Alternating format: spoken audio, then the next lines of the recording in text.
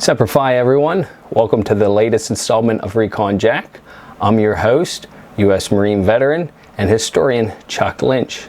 On today's episode, we'll discuss two different types of covers. That's what we Marines call our hats and caps. The first type being the kepi, which is most commonly associated with the French military and police forces, as well as the campaign cover, which has become the iconic headgear of the United States Marine Corps drill instructors. The kepi is a cap with a flat, circular top and visor, with versions of it widely worn by armies during the late 19th and earliest 20th centuries. In the United States, it is most commonly associated with the American Civil War, as it was worn by both Union and Confederate Marines and soldiers alike. The kepi was formerly the most common headgear in the French Army. Its predecessor originally appeared during the 1830s in the course of initial stages of the occupation of Algeria. These were intended as alternatives to the heavier cloth-covered leather French Army shako hat. As a light and comfortable headdress, it was adopted by the French mainland infantry units for service and daily wear, with the less practical shako being regulated to parade use only. In 1852, a new soft cloth cap was introduced for campaign and off-duty and was the first proper model of the kepi. The visor was generally squared in shape and oversized, which led it to be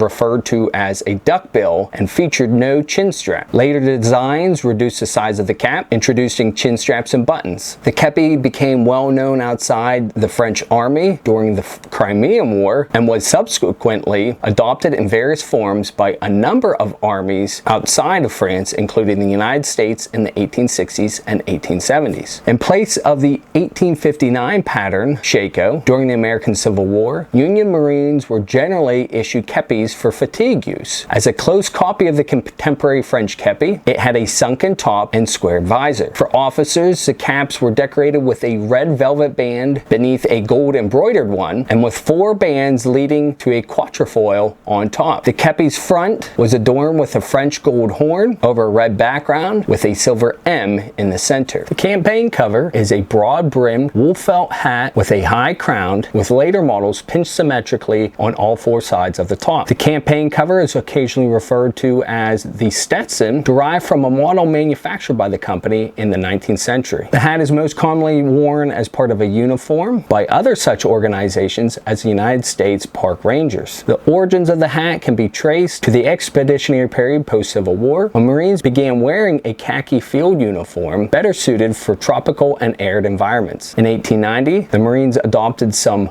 practical changes to the field uniform, adding a campaign cover with an eagle globe and anchor to the side of the cover. By 1901, the EGA was moved from the left side to the front of the cover, and in 1912, the Corps adopted a Montana peak for the campaign cover, and in the same year, adopted a forest green uniform. Through the World War I era, the campaign cover was worn by Marines, which was made of a fairly soft material, and by the 1930s, the felt was made very stiff with a permanently flat brim. Due to the frequent wearing of helmets in France during World War I, most Marines received a copy of the French hat that became known as the overseas cover. From 1940 onwards, the campaign cover was replaced by the much cheaper American fiber helmet. In 1942, the campaign cover ceased to be generally issued, but is still commonly found in the Pacific Theater for much of the war amongst the old breed. He's fire! He's fire on the firing line! Goddamn shave-tail son of a bitch! Keep your fucking weapon pointed downrange, or I will shove that fucking piece up your sorry fucking ass. The United States Marine Corps campaign covers were reintroduced on 20 July 1956 for use by United States Marine Corps drill instructors. And since then, the campaign cover has remained a symbol of discipline as well as responsibility in the Marines. I hope you enjoyed today's episode of Recon Jack, and perhaps you learned something new. I definitely have just scratched the surface of some of these topics, so stay tuned for more episodes as I continue to explore the hallowed histories, traditions, and individuals of the United States Marine Corps. Also, please feel free to like this video, subscribe to my channel, and leave some feedback in the comment section below. Certainly look forward to hearing back from you folks. And until next time, Semper Fi, and carry on.